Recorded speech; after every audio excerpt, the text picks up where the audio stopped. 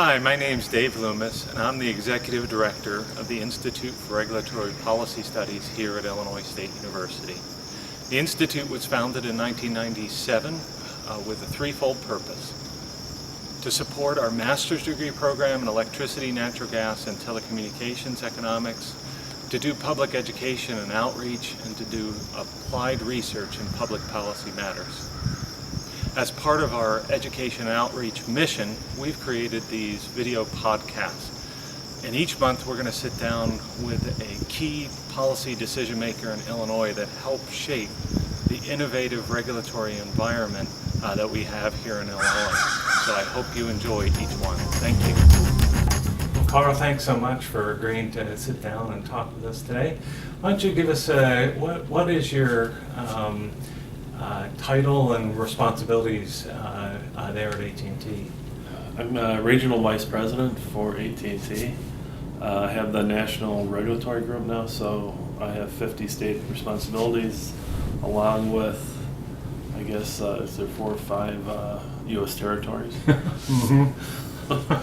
And so, my group, we are responsible for all the tariff filings and the guidebook changes on a retail basis across the 50 states. And then in region, we also handle anything before the Commerce Commission, any type of complaints and policy issues. Okay. So it's a lot of fun. Yeah. Wow. And this is a fairly recent role for you, is that correct? Yeah. Before I had just the state of Illinois and Minnesota. Now I have a broader scope of responsibilities. And how long have you been in that new role? Since October of last year. Okay, wow. So roughly how many people report to you then across the 50 states, either dotted line or direct? I have about 30 people in my group, plus or minus one. And so, yeah, we're able to do that with about 30 people, mainly because of a lot of the regulatory reform that has happened, and the firm really isn't under as much regulatory oversight as it used to be. When I started, for example, at Wisconsin Bell, we had 100 people in just that one state for regulatory. Wow. Wow, so if that was maybe fairly typical, 100 per state, and now you can have a staff of 30 Right. that handles a national footprint, that's amazing. Right. Wow. What was your educational background, and how did you always know that you wanted to get into telecommunications as a career? No, actually, it was the last thing I thought about.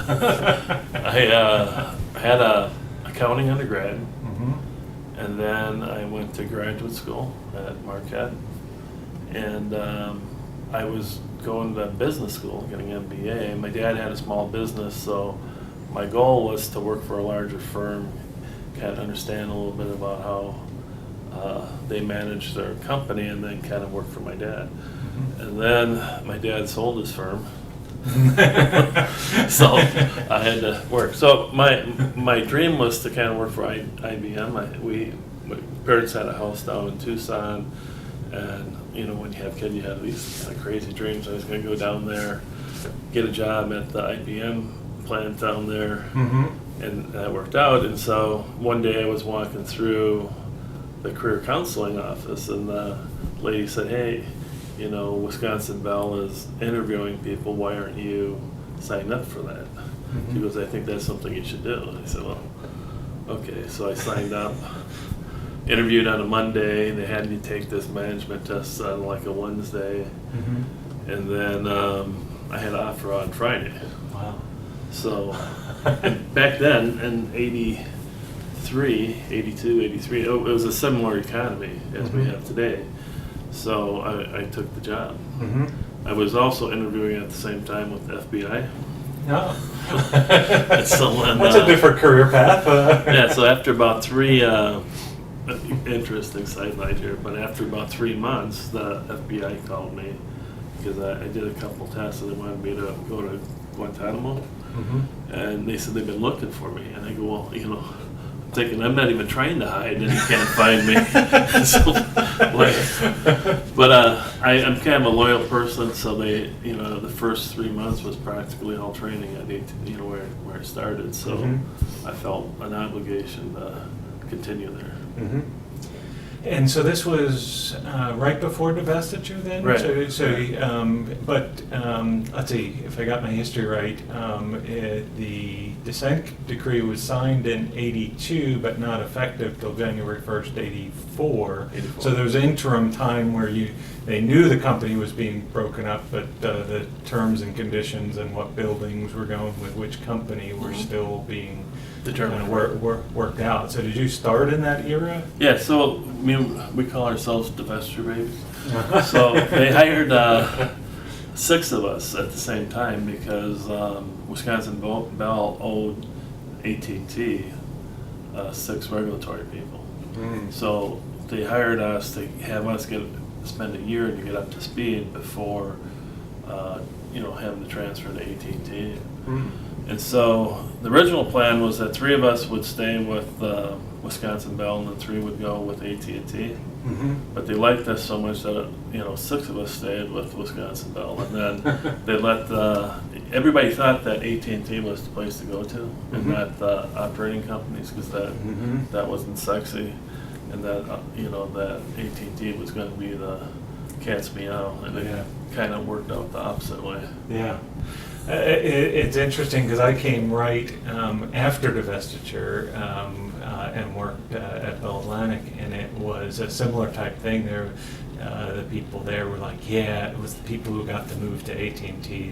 They've got the better end of the bargain here, and I heard all the great stories about what it was like before divestiture. Oh, we used to be able to do X, Y, and Z. We could go to conferences, we could travel, we could do things, and then it was more cost pressures post divestiture than there was pre divestiture. Right. But as you say, it didn't quite turn out that way. As what people had thought, at least in that era right around divestiture and shortly after. It's kind of interesting how that happened. They thought that going into a hyper competitive environment that was going to that AT&T would break through and be very successful. And so you started out in Wisconsin Bell, and then in the regulatory group. And how did you? What was your career path between there and now? How did you connect the dots? I was starting capital recovery, so we did depreciation studies and rate case kind of stuff. And then after 5 years, I got promoted to come down to the Ameritech services, and so we were talking to people that was the general trend to kind of consolidate the 5 state functions into the Chicagoland area. So I thought that would it be better to welcome those, or do you want to be welcomed? So then I thought I'd rather be on the welcoming committee, so I was one of the initial people to come down. In fact, I was the first person that worked for Ameritech Services that did retail stuff. Prior to that was just at the federal level where they did that. So I worked in service cost, developing cost methodologies for different new services that we did and stuff. And then like one of the products I worked on was call waiting or caller ID. And I thought, there's nobody's going to want to have this service. Why are we doing all this stuff for? So that's why I'm not in marketing. I thought of all the things I worked on, all the business cases I worked on, that this was this dead loser. Who's going to pay $5 a month for caller ID? Yeah. And then ended up being a fairly successful offering. And then I got the federal tariffing group, got promoted into that, and then I had federal policy, which was I had right before divestiture, I had our cable, wireless, our network policy, and federal policy. Okay. That was a lot of fun. We would go and we had new products or services, information services, and we kind of tried to develop what corporate structure that should be in to have the least amount of regulation or have it regulated the way that we thought would best meet its business objectives. Mm-hmm. So that was a kind of interesting job. Mm-hmm. And then I got to go overseas when SBC acquired Ameritech. Mm-hmm. I took an assignment at Budapest, Oh, wow. Hungary. So we had Matav was the national phone company, and we owned 30%. Deutsche Telekom owned 30%, and then the public owned 40%. So it was the first fully privatized Eastern telecommunications company, Eastern Europe telecom company. Mm-hmm. So I was put there because they were trying to join the EU, and I had to one of my objective was to make sure that the Hungarian law comported with the EU law, so that it wouldn't be the holdup for, their acceptance to the EU. Okay. So, writing legislation in a foreign language is always kind of interesting. So we had that was a lot of fun, because everybody, we'd get an overnight translation. Everybody was ahead of you by 8 hours. They kind of already read it. Mm-hmm. And then, things that I thought were important or needed to be changed, because words like shall, should, would, could are very important from a legislative thing, but from a person translating, doesn't mean as much to them. Mm-hmm. So I'd be focusing on some things, and they'd say, "Well, why are you bringing that up for?" Mm-hmm. It doesn't say that. It says you should worry about this. I said, no, that's fine. No, it doesn't say that. So it was that was a lot of fun. And were you successful? And were they? Did they join the EU? Yes, they joined the EU a couple years later than they originally thought we were. But I got to go back for the EU Ascension date, I guess. That was fun. Mm-hmm. So when it actually happened, you had come back to... Yeah, I was there the day before. Yeah, we came in when it was still Hungary, part of their own state, and then left when it was the EU. Okay, wow. Part of the different border crossings then. Mm-hmm. So as we kind of go through maybe first divestiture and the things that led up to divestiture. Do you have any thoughts? Because I know you just started there, but kind of looking back, there's a lot of different people that would say, why did AT&T agree to divestiture in the consent decree? And the MFJ, there are some that would say they wanted to compete with IBM on computers and saw brave new frontiers, so they were jettisoning all the regulatory baggage that would allow them to move forward. Any insights into why? Well, I think what happened, there was a couple things. One was that, and this is another one you could kind of do a business case on. It was kind of like a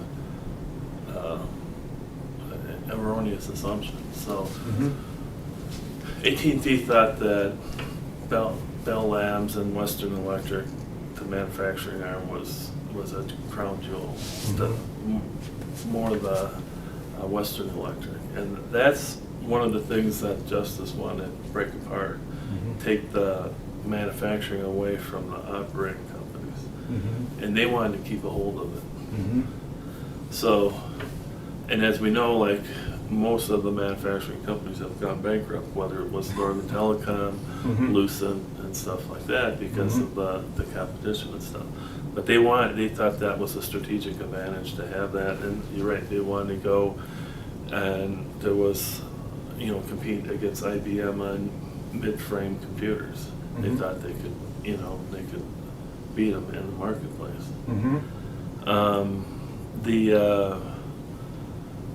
Letting MCI into the long distance business without having other obligations, let's say, or that, which was originally was supposed to be private line service, I think, between Chicago and St. Louis. And they quickly turned that into becoming kind of like a long distance operator.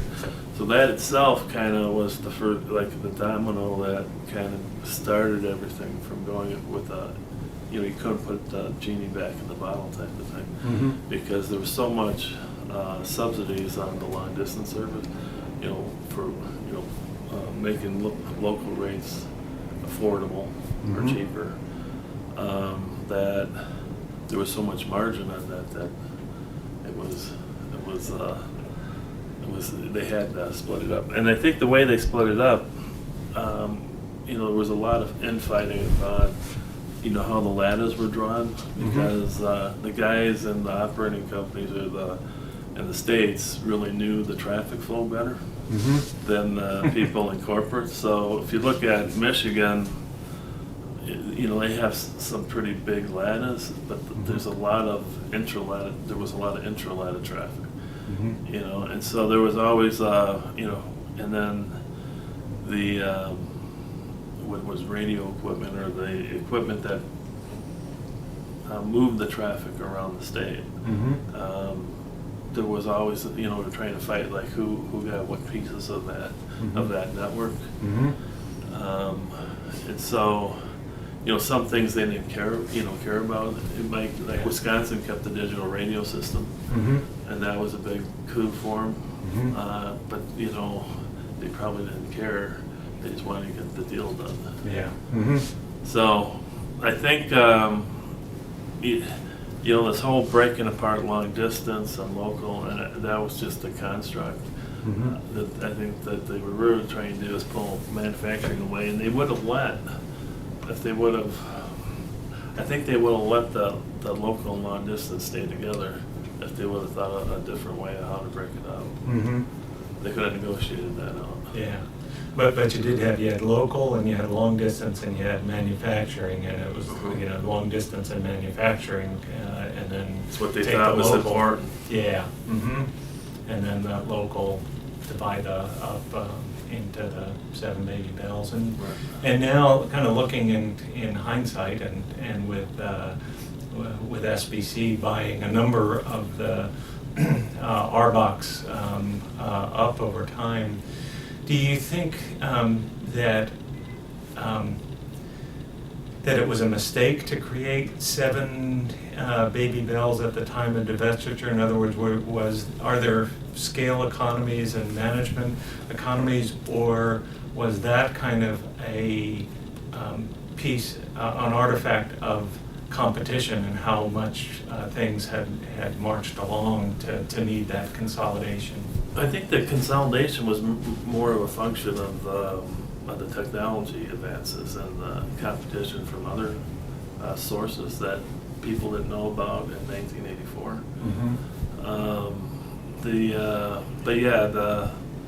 There were some regions that always operated as a region, like the BellSouth region. They always had a central type of function, and the states kind of report to them. The Southwestern Bell, the 5 states were always kind of run by a central management group. However, like the Ameritech states, they were all independent. So you kind of had 5 entities that were, they reported directly into New York. The headquarters, the old AT&T headquarters. And so there was a bit of a time trying to get those 5 states to kind of cooperate and figure out that, okay, Illinois is going to be the lead on stuff, and who has what. U.S. West always kind of operated as a territory too, and then you always had California sitting out there in Nevada, but I think that how the regulatory structure kind of moved from a to a price cap kind of thing encouraged consolidation and efficiencies. Without a price cap type of system, it probably would have been a lot longer in the taking. Yeah. So let's talk a little bit about the transition between rate of return to price cap. regulation. Under rate of return, you've got a cost plus type scenario, but in price caps, there was the first movement for the companies to create, reduce their costs, and then they could gain by reducing those costs, whereas under rate of return, if they reduce costs, that got totally passed on to ratepayers. But that wasn't an easy transition for the Lex. It happened first for AT&T as long distance company in those days, but for the RBOX, that came a year later under price cap. What? But there was two things. One was at the federal level, and then you had the state level, right? Because we were rate of return on the federal level probably longer than you were on the state level. So, we started that at the end of the 80s to try to get alternate regulation going. I think 95 was probably when Illinois had their, through legislation, you could actually apply for an alternative rate case, alternative regulation. Different states like Indiana or Wisconsin maybe were a little ahead of that. But right around in that early 90s to mid 90s, most state commissions moved to a price cap method and there were various things where they'll set out a productivity factor, assuming like this is what your efficiency gains would be on a historical basis. And then if you beat that, then you could keep it. The feds was kind of like, it was a sharing type of arrangement. They had a different type of structure that said, well, there's going to be this productivity factor, and if you beat it, then there'll be some type of sharing, and then they eventually came up to that you could keep it afterwards, but they kind of dropped the sharing after a couple iterations. So it was really the states that were kind of the innovators in regulatory reform, and then federal came later. Yeah, that's to kind of mimic some of those leaders. Do you have any sense during that time? So before the FCC made their change, was it just a handful of states that had moved towards price cap, or was it Well, but maybe this is different. Maybe I can say it. I think they were both moving at the same time, but I think the states were a lot farther advanced as far as, and I mean from a corporate perspective, that you got to keep all the efficiencies that you beat by. So the states were a lot more forward-looking as far as the regulatory construct. And so it took the feds a lot longer time to kind of get over the sharing, and that it's okay that the company keeps it. Because it, well, I mean, from a terminating, switched access perspective, there's not a lot of competition for those type of services. And at the time, for a lot of the transport services, there wasn't as much competition as we have today, nearly as much as we have today either. So, but then on the local side, you had a lot more tangible competition that the commission could feel than you had at the federal side too. So that's probably why you had more action on the state side. We'll kind of fast forward a little bit to the Telecom Act of '96, and there was also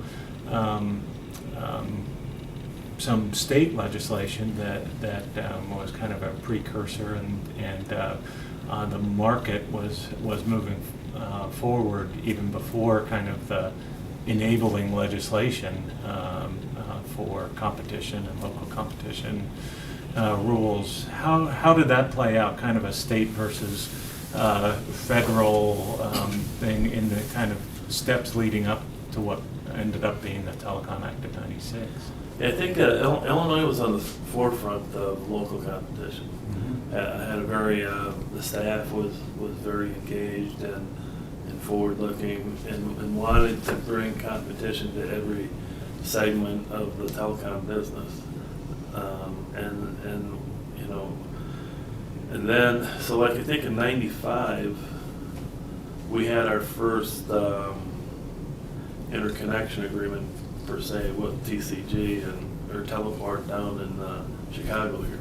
Mhm. So before the act was passed.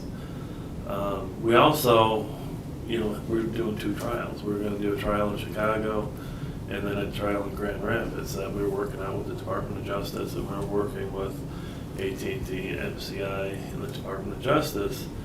And we got the green light to move ahead with the trial for us to get in the long distance to open up our local markets. So that almost came simultaneously as when legislation was passed with the DOJ giving us the green light. And we were kind of given the choice to go, you can go either way. They said, you can go ahead down this DOJ route if you want to. Or you can do the legislation. Well, Notabart at the time thought, heck, we can do this in a year. Let's dump off this thing called the DOJ, and we'll get in the long distance. That's what we want to do. We want to get in the long distance, and we can do that in a year. So, in January of 1997, 97-1 was Michigan filing for the first, incumbent-elect filing for 271 week or long distance relief was Michigan. Well, Michigan didn't get 271 relief until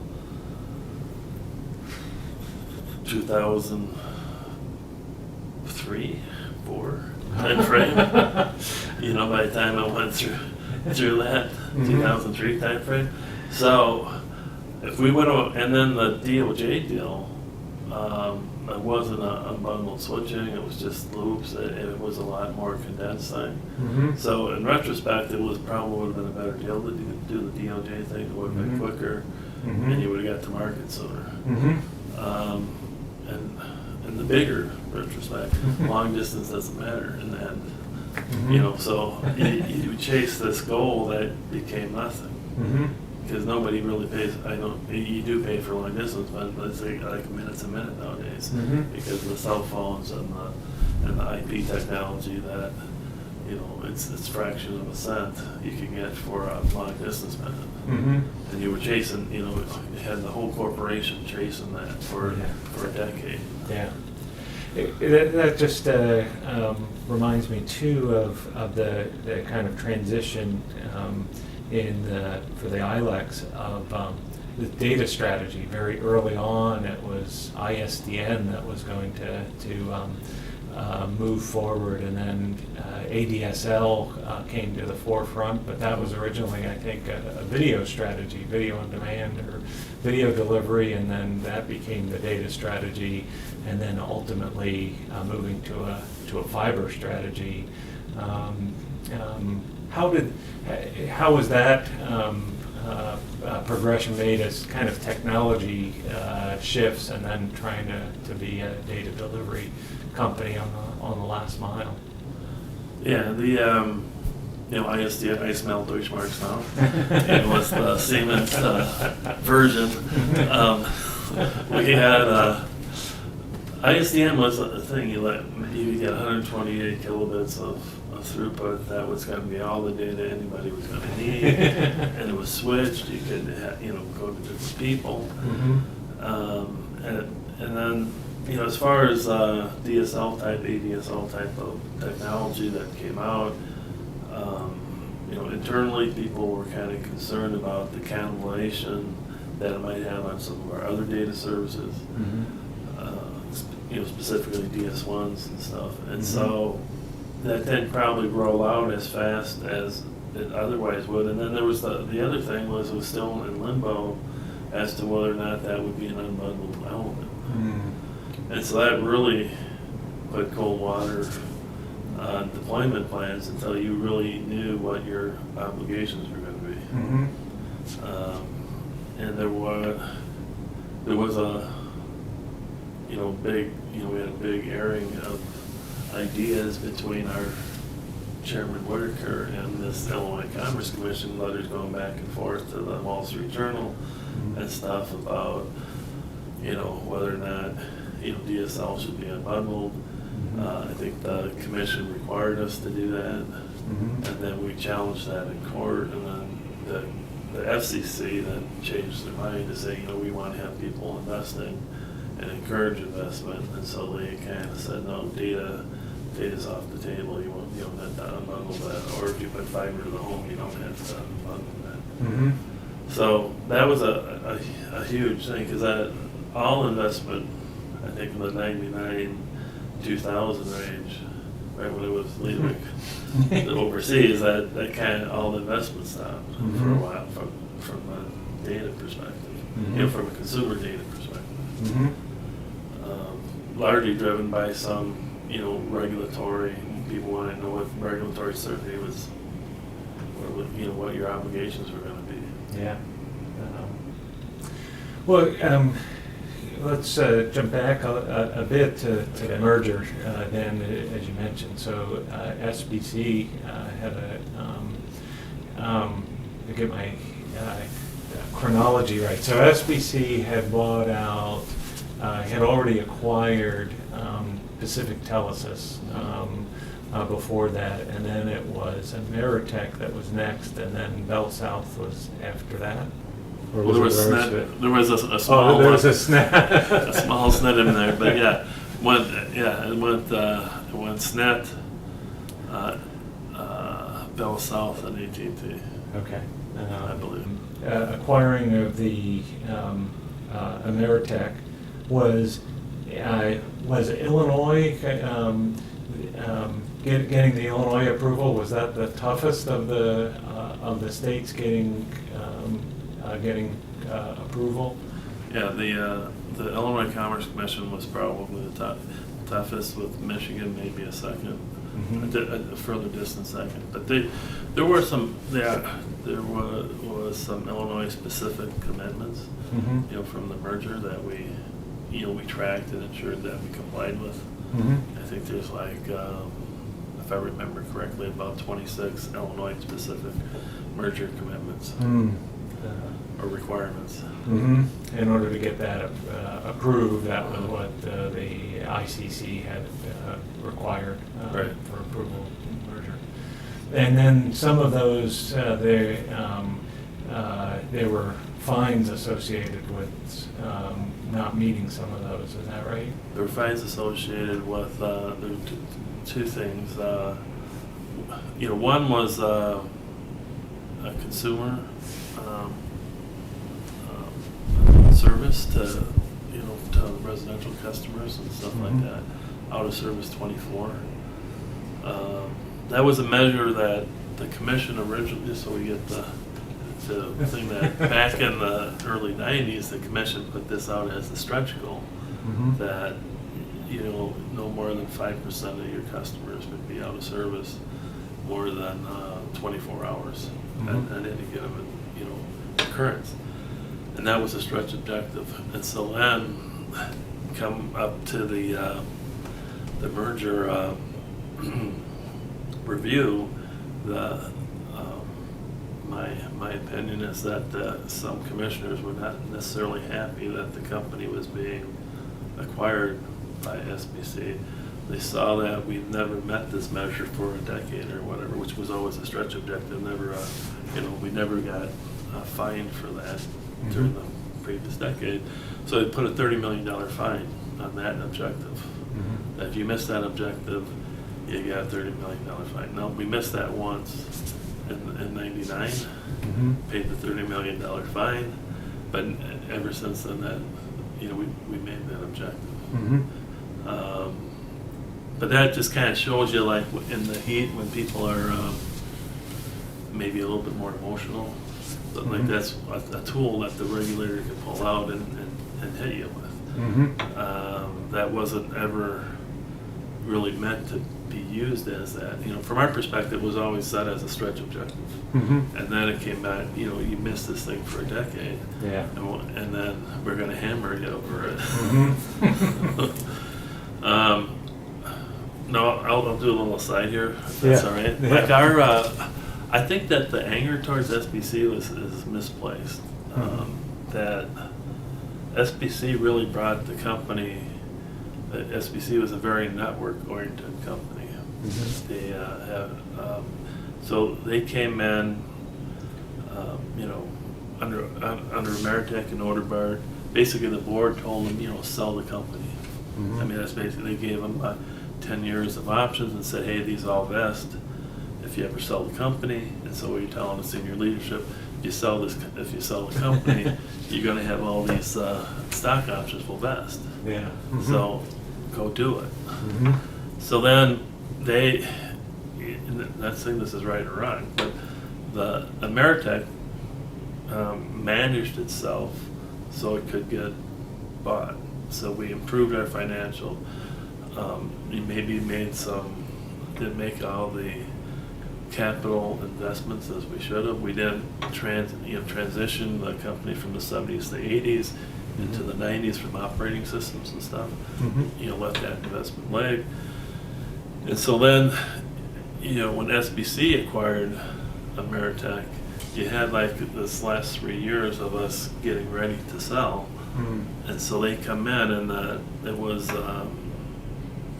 you know, things weren't working as they should work. Okay? And so then the anger went towards SBC. I think it's misplaced. And even to this day, people blame SBC for that.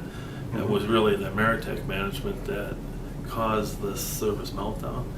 And SBC is the one that fixed it, cleaned it up, and has invested billions of dollars every year into the state to bring our network up to be superior than most anywhere else in the U.S. So I mean, that's how I kind of view it from the inside. Yeah. You know, SBC invested billions and billions of dollars, and they get no credit for it. Yeah. It's almost like you see the changeover in presidencies, the lag time in the first year of a new president. Oftentimes that's just what their predecessor had put into place, and you're running on whatever had been in place. So you either get the good or the bad. In this case, maybe the blame for what had happened before, and it takes several years of investment to make a change. Well, talk a little bit about the Telecom Act of '96 in terms of the, so we have both the legislation and then the FCC's trilogy of orders. You got the local competition order, you've got universal service and access charge reform. And really, each of those three, even though it's a FCC decision, all three have kind of local implications, and there's all fraught with federal versus state jurisdictional issues that all have to kind of work in tandem. How did that work out in terms of rolling out local competition and then the associated kind of aftermath of that?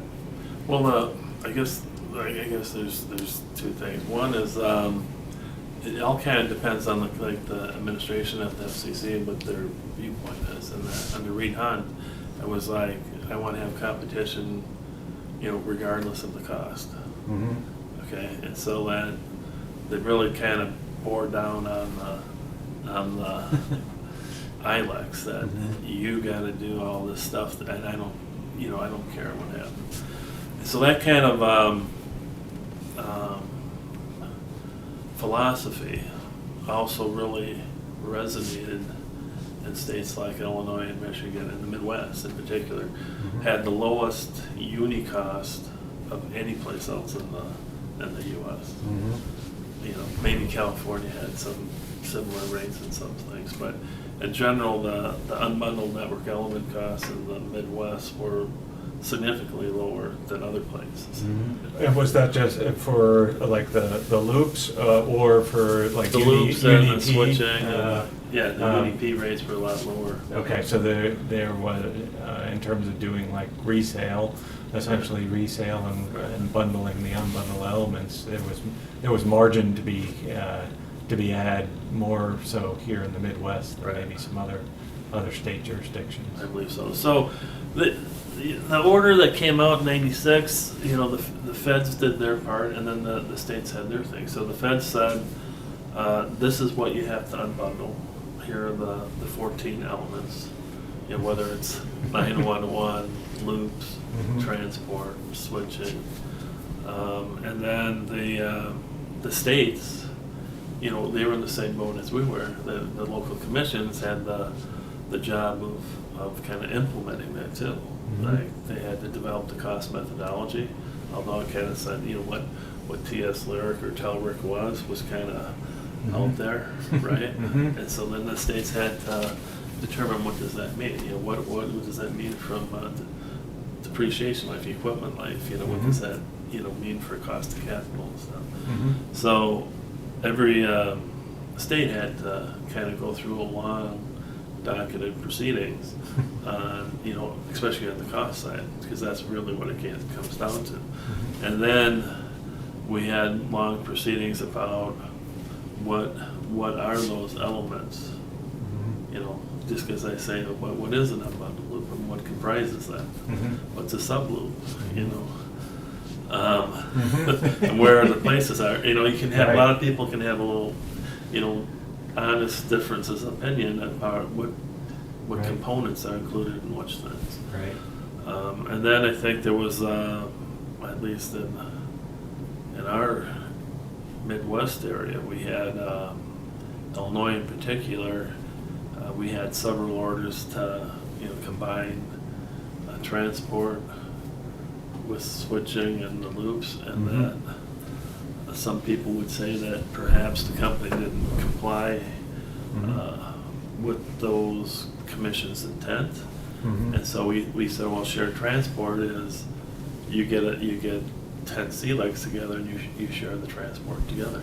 No, I want them to share your transport with you. You know, so there were some issues, and I wasn't running the state at the time. There were some issues with or the regulatory group in the state at the time, as far as, you know, what the commission ordered and what the company came back with.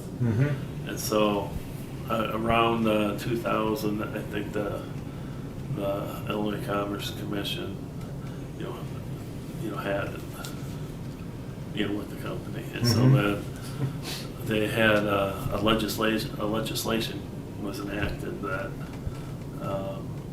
really put the company, you know, on its heels, let's say, and you know, I had to implement that. I didn't have anything to do with the law down there, but I had to implement the legislation within the company. And so, you know, that was Dave Gebhardt, and so everybody that worked on that legislation, they all left. You know, they're all on 3-week vacations. They say, okay, you got it.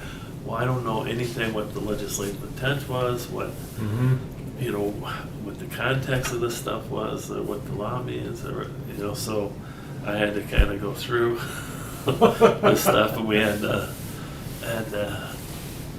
but I think after that, I think the company.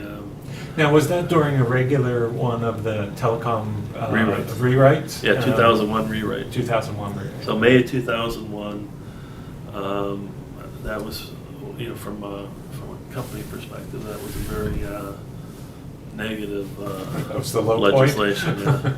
From a legislative standpoint. Yeah, it was a very punitive legislation and very directed at its, you know, AT&T as a company, or Ameritech as a company.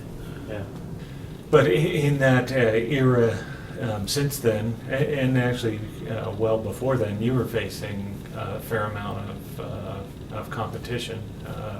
Certainly here in Chicago, you mentioned very early on the Teleport, which was a fiber provider that was engaged in bypass of switched access in favor of special access. They put in fiber, and in some cases provide redundancy that may not have been there just from the lack, at least a second entrance into some customers' facilities. But you faced quite a bit, I think, in the Chicago market, especially. Yeah, I mean, you've got third largest city. There's even today, there's probably 10 to 15 fiber owners in the city that own their own fiber. You in various degrees of capacity and breadth. Mhm. So, and back then, I think there were, 4 or 5 people that were laying fiber in the early 90s. Mhm. Yeah, wow. So you've gotten even more robust competition. But Right.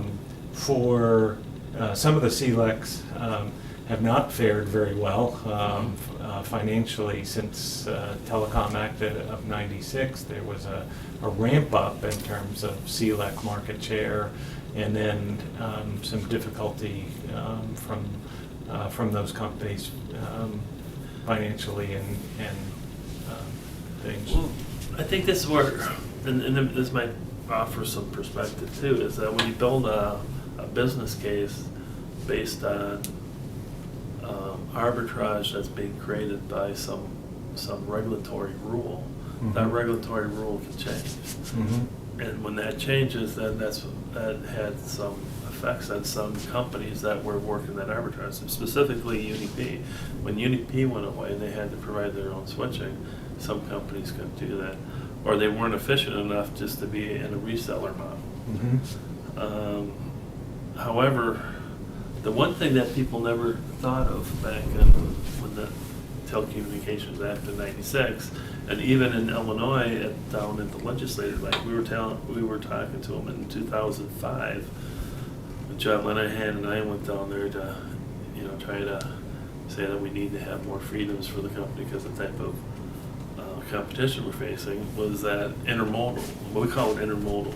Mm-hmm. Wireless, cable. That's what the real competition is. It isn't like some faux competition, as we call it, using somebody's stuff and then competing against them using their own network. That never is going to be a long-lasting type of, economic model. Mm-hmm. So I think you have a very sustainable competition in the communications market with the wireless companies, with the cable companies, and then the CLECs that have invested in their infrastructure. Mm-hmm. Also, so that it's a very dynamic ecosystem that has kind of created, and most of it has kind of come out without any type of regulatory rules. Mm-hmm. And you can't think of that.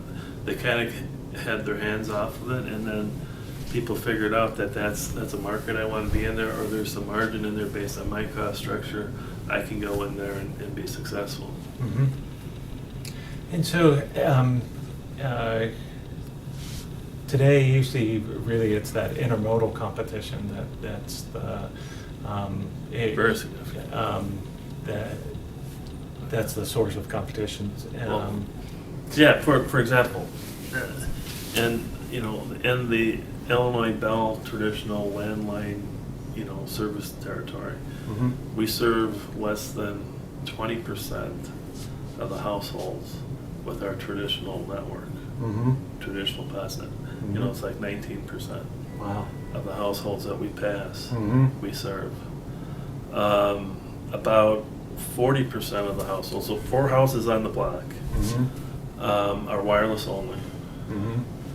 3.5 houses on the block are IP, wireline IP, cable mainly. You got about a half a house, with traditional CLEC type of competition, or they're doing some UMA or something like that. Mm-hmm. And then we got 2 houses, and there's those 8 houses. They're regulated a completely different way than the 2 houses, and we're Mhm. saying, does that really make sense anymore in this world where, we're serving, less than 20% of the market, yet have the most significant regulatory rules of any other player in the market. Mm-hmm. And if you look at the analogy on long distance, I remember seeing the graph of long distance market share. You look at AT&T's long distance market share going from 100%. It was, I think their market share was still in the maybe 60% to 50% when they were declared non-dominant, and FCC said, you know what, we're going to eliminate Right. price cap regulation, and there's enough robust competition in the marketplace to not have you do price caps. You don't have to go to file tariffs anymore. You can charge customers whatever you want because they have alternatives. Right, I to think it use was there. maybe even as high as 65%. Okay. As I kind of remember. And That you're all might the way be down from 100% to Less than 20. to 20, and yet you still have regulatory There's still some. constraints That's what we're trying to change. to change. And a lot of it gets down to, like we have to, specifically in Illinois, we have to provide 3 safe harbor packages that legislatively, and we feel that the time for having to offer those is past because of the difference of alternatives in the marketplace. Another thing is that, Lifeline service, 95% of all Lifeline service in Illinois is provided wirelessly. Okay, so then, so it's not like a low income issue either, that why we have to provide these 3 safe harbor packages. There are very low cost options in the marketplace. And so, that's one thing that we don't think is fair anymore when we have such a small market share. And then there's another issue is like having to provision services where it's uneconomical for you. And that's something that the whole industry is going to have to, work out. That was an issue that's come up recently, I think, with Verizon in response to Hurricane Sandy and rebuilding some of those areas. Island. They're saying we don't want to build out a copper network anymore. We want to provision some houses maybe wirelessly or other means. Like our company says we want to serve everybody, but let us choose the technology we use to serve them. Let us be economical about how we serve that household. And so Verizon probably didn't roll their issue out appropriately. So they were going to go wireless only at Fire Island, and then it created an uproar, and like between restaurants, some of the functionalities that people had before weren't there on a going forward basis. So what we did, we're doing a trial to go to all IP network down in Florida, and what we call that Kings Point, which is West Del Reach Bay, Florida, which is just north of Miami. And then we have this Carbon Hill, which is in Alabama, northwest Alabama, very rural area. And we're going to go, all IP, which is either going to be wireless or wireline. And we've got to see like what type of issues have come up. And we're not going to grandfather any of our, what we call our TDM services, until the wireless functionality of what we call a wireless home phone can do the credit card authorizations, can do the medical alerts. We'll have a address specific 911, location device and stuff like that. So, we're looking at the second half of 2015 having that product, ready, for prime time. Could you talk a little bit about corporate structure? Because I must admit to my students, I show a Stephen Colbert video on AT&T, and they talk about he looks at a national footprint and talks about how before divestiture here was AT&T, and you have the AT&T logo, and then he talks about divestiture and shows the map, and then he's got another chart where he's kind of drawing the football thing and said, well, here's Singular, and here's the merger, and that became AT&T, and then SBC changed its name to AT&T, and so his punchline is, so I forget what it was, how long ago it was, 20 or 25 years of antitrust policy. We went from this pre-divestiture to this, and it was the whole no change because AT&T had gobbled up the world again. But it is confusing in terms of corporate name, and you must get this a lot. Right. We've talked about your progression from Illinois Bell to Ameritech to SBC to now AT&T. Could you walk us through the name changes? For 10 extra credit points in his class, I saw the Colbert video. There is one thing he missed. So for 10 extra credit points, if you give it to Dr. Loomis, what did Colbert miss in this thing? So you're going to reveal the answer now. I won't reveal the answer. Okay. I'll tell you afterwards. So I can grade it correctly. Right. But he did miss something. So, what happened was, and then the one thing I was saying about with Colbert at the end of the thing, and I would change the characterization a little bit, is that there are a lot more dominant players than there was starting, back in 1996 or 1990 even, because of the cable influence, other huge wireless carriers and the thing. So even though that, like I said, even though that we have our service area in here, we're still only providing service to 19% of the residential households. Mm-hmm. So they're getting their service from somebody else. Mm-hmm. So with that as a backdrop, kind of, you had the 7 regional bells. Mm-hmm. And so I think the first foray that happened was that, I better be careful because I might give the answer away if I'm too specific here. But SBC purchased Pac Bell. Mm-hmm. Pac Bell was always kind of considered, it had a very difficult regulatory situation, very similar to Illinois. Mm-hmm. Connecticut's another company that has a very difficult regulatory situation.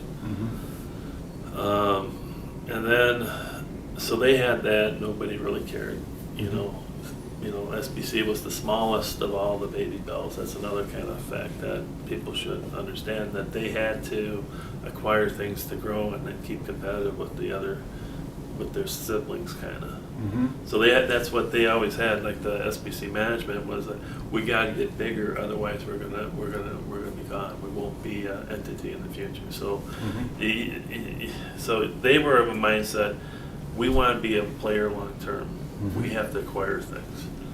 We were of the mindset, we being Ameritech, no to Bert, sorry, was in the mindset is that the best thing for our shareholders is to get purchased by somebody. Mm-hmm. We looked at BellSouth, till prior to them. We looked at GTE and stuff, but the price points weren't right for the shareholder because it would dilute too much of their value. So the company, like our management structure said that the best thing for our shareholders is to create value by being bought. Mm-hmm. Okay, not only kind of value through our, going international and kind of growing the wireless business, but then getting it to get purchased. You get a nice 35% premium, shareholders are happy. Mm-hmm. SBC had a different view, saying we want to be here the next 100 years, and the only way we can be here the next 100 years is if we start to acquire firms. Mm-hmm. So they, it's a whole different mindset. Mm-hmm. Yeah. So they bought Pac Bell first, and then you had Verizon. I'm sorry, Bell Atlantic bought NYNEX. New York, New England, and the X was the unknown. Mm-hmm. That's how they explained it. I believe. And so they purchased that, and then they, that was good. Like the two best managed regions, what people thought was Bell Atlantic and Ameritech had the two best, talent pools for management. Mm-hmm. But that's not necessarily how it shakes out. And that probably Ameritech and BellSouth were probably the two most companies that could, that would fit well together. Mm-hmm. Just from the outside looking at it. Mm-hmm. And so then, you have this U.S. West thing that's just, vast open spaces with a couple of big cities. Nobody really wants to have that. I hate to say it like that, but I mean, there's not a lot of interest in there. You can see there still isn't a lot of interest. I mean, there's interest in Denver, Phoenix, the Twin Cities, you know, to be there, but to cover all of North Dakota and South Dakota, Right. Wyoming, Nebraska, you know, Nebraska, the western side of Nebraska, it's a tough business. Yeah. You know, and then I think, you know, then do you want me to kind of go through this? SBC bought Sure, us. yeah. SBC bought Ameritech. There was an acquisition. You know, Singular was half owned by BellSouth and SBC. So that was. So then. Well, anyway, so then he had AT&T. They spun off their wireless unit at some point, right? And so then what we did is that we first bought their wireless subsidiary and brought it into this new Singular, and then we had BellSouth, us, and this, and the new Singular. Then SBC acquired BellSouth. 9X bought GTE in that time frame, and then you know, CenturyLink ended up taking over a bunch of other little stuff along with US West. And so you changed the name, so SBC wasn't until they bought out AT&T Long Distance, Right. what was left, which was a Right. much shrunken company from what it had been before, which you alluded to, as Long Distance was not a big moneymaker. It was a declining, buying it in the decline. And but then renamed the whole company, rebranded it. Yeah, then 2005 we acquired the AT&T, and much of it had to do with the name recognition. I mean, you could say we had this management meeting, and it was already done. You know, if you had completely said, you know, how many people want to keep the AT&T name versus the SBC name, and this was the SBC chairman saying that. Yeah. And he wanted to have an AT&T name. Yeah. Because the worldwide recognition versus, you know, Yeah. SBC was kind of, no one really knew who they were. Yeah. And it kind of sheds the legacy of Southwestern Bell and what was before a region to say, no, we're a national, you know. International firm. Yeah. So what do you think is the future of telecom? If we've been looking in the past and the regulatory decisions, but if you look into the future, there's a lot of talk about, you know, software-defined networks and things coming on, transitions on into the future. And you've already talked about that transition to a totally IP-based network. What do you see as kind of the future broadly for telecommunications? Well, I see it our strategy really is to have like an IP infrastructure, okay, internet protocol, so that information that you want can easily move to whatever medium you're using. So it means it can go from if you have an IP phone, you can transition over to your wireless device, which can go over to your iPad, you know, seamlessly, or to your computer station. So once you have an all IP network, there's a lot more functionalities that you can give the consumer that will be second nature to them. Now it's a lot more cost effective too, so that the prices are going to come down, you're going to have more functionality, and it's like, what is you know, is wireless going to supersede wireline? You know, is wireless going to be a substitute for a wired broadband service? Is wireless broadband going to do that? So that's one thing that, you know, we're kind of looking at. And I think in the more rural areas, the answer will be yes, because you have, you know, I have 50 megahertz of spectrum, and let's just say this Bloomington, you know, I can put on an LTE network, right? not Bloomington, but outside Lincoln, let's say, because Bloomington's too big. Yeah. But let's say like Lincoln, that's just outside of Bloomington, isn't it? So let's say I have 50 megahertz of spectrum in Lincoln. I could give a broadband network wirelessly that would give people 50 meg of speed. And you could probably have different data caps. Now the problem you have is that those SIM cards and devices are mobile. So how do you kind of make sure that you keep that device from being taken out of Lincoln and then coming here in Chicago where you have maybe a different type of technology and architecture. So that's what you're kind of thinking about is that in the rural areas it's probably going to be more wireless, but doesn't mean that it's going to have less functionality or you're going to have different caps. It's just that you'll have a different rate structure. And so if we can kind of contain that stuff and make sure that it's not as mobile, and maybe end up putting the SIM up on the roof on an antenna or something. So it really takes some effort to move it, or you have some tracking location you can tell if it's being Moved. Being moved. So those are kind of things that we're looking at, and then we have a we call it Digital Life. It's an alarm service, but that's really just the big toe going in the water, as that's really going to be a life monitoring type of system where it will extend people's ability to live in their home. So, I mean, they have these vests you can wear. You can have accelerometers on people's shoes. So if they fall, you get a text immediately. The doctor gets a text, and you know that your parent or loved one fell over. Or like the caps on medication, they already have like they open up. You know that they open it up. They'll send you a text message. Send your doctor a text message. At least they open the cap up. You don't know what happened after that. But so there's a lot of things that with machine-to-machine automation, and then things that are going to be done in the household to enhance your quality of life as you get older, so you can stay in your household longer. That's where I kind of see the telecommunications is kind of enabling you to do things tomorrow that you can't do today. Yeah.